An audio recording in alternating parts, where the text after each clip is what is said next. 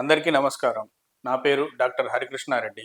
నేను ఇప్పుడు మీకు ఆఫ్‌లైన్‌లో ఫార్మ్ 18 మన ఎమ్మెల్సీ ఎలక్షన్‌కి సంబంధించిన ఫార్మ్ 18 ఎలా ఫిలప్ చేయాలి అనే విషయం మీద మీకు డెమో చూపిస్తాను.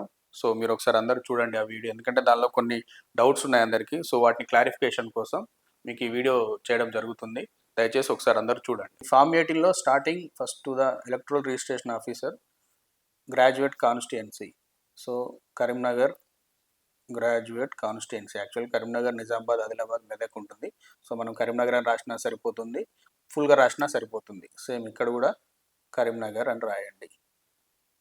నెక్స్ట్ మీ పేరు, అలాగే మీరు సెక్స్‌కి సంబంధించి ఫాదర్ నేము, క్వాలిఫికేషన్ మీరు డిగ్రీ అయితే డిగ్రీ, లేకుంటే డిప్లొమాది ఏ డిప్లొమా ఉంటే ఆ డిప్లొమా క్వాలిఫికేషన్ ఇందులో రాయండి.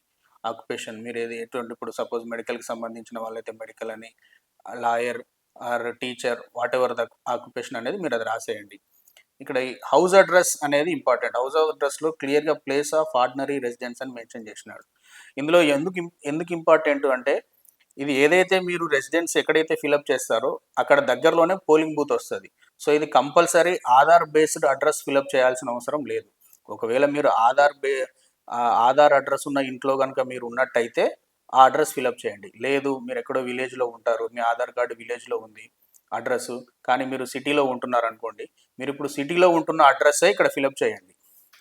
స్ట్రీటు ఈ సిటీలో ఉన్న అడ్రస్ ఫిలప్ చేసి దానికి సంబంధించిన జిరాక్స్ ఐదర్ మీ owner current bill or gas bill ఏదో ఒకటి మీరు అక్కడ ఉంటున్నట్టు ప్రూఫ్ది అటాచ్ చేస్తే సరిపోతుంది.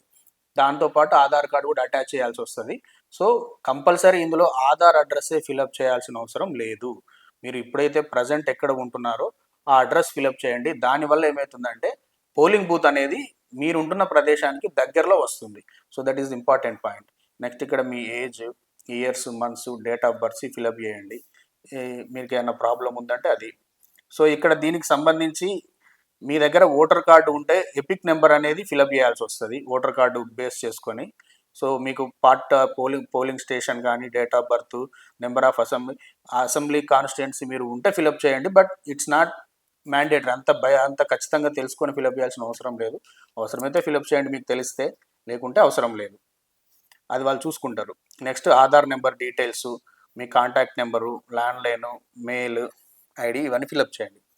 నెక్స్ట్ మీరు ఏ యూనివర్సిటీ నుంచి గ్రాడ్యుయేట్ అయ్యిండ్రు, ఏ ఇయర్, ఎందుకంటే డిగ్రీ అయిపోయి 3 ఇయర్స్ ఆర్ డిగ్రీ లేదా డిప్లొమా క్లియర్గా మెన్షన్ చేసినారు చూడండి ఇక్కడ. డిగ్రీ లేదా డిప్లొమా 3 ఇయర్స్ అయిపోయి ఉండాలి. అంటే 2021 నవంబర్ కల్లా కంప్లీట్ అయిన వాళ్ళే దీనికి ఎలిజిబుల్. అందుకనే మీకు ఇక్కడ ఎగ్జామినేషన్ పాసింగ్ ఇయర్ అడుగుతున్నారు. So, I'm in possession of diploma degree, same ఇది ఎక్కడ ఉందని రాయాలి. Certificate in which qualification equal to that of graduate, మీరు ఏ ఇయర్ పాస్ అయిన అనేది ఫిలప్ చేయాల్సి ఉంటుంది.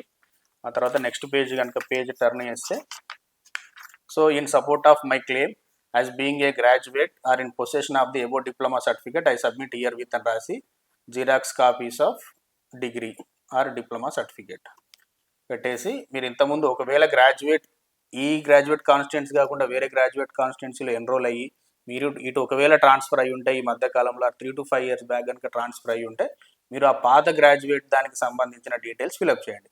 లేకుంటే ఇందులో ఫిలప్ చేయాల్సిన అవసరం లేదు. నెక్స్ట్ మీరు ఎక్కడ ఫిలప్ చేస్తున్న ఆ ప్లేసు, ఆ రోజు డేటు, మీ సిగ్నేచర్ పెట్టండి. ఈ కాలం వచ్చేసి ఇదంతా కూడా పూర్తిగా ఆఫీస్ వాళ్ళు చూసుకుంటారు. ఇక్కడ మళ్ళీ కింద లాస్ట్లో మీరు నింపాల్సి ఉంటుంది.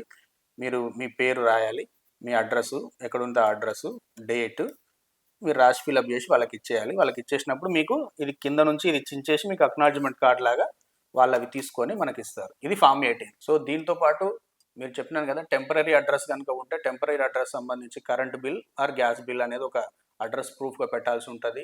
ప్లస్ దాంతోపాటు ఆధార్ కార్డు అండ్ డిగ్రీ సర్టిఫికేట్ని compulsory gazetted attestation or notary officer ఎవరో ఒకరిది అటెస్టేషన్ చేయించి మీరు దాన్ని ఎంఆర్ఓ ఆఫీస్లో సబ్మిట్ చేయాల్సి ఉంటుంది. ఇది ఆఫ్లైన్ అయితే. ఆన్లైన్ అయితే కూడా ఆల్మోస్ట్ ఫామ్ ఇలాగనే ఉంటుంది.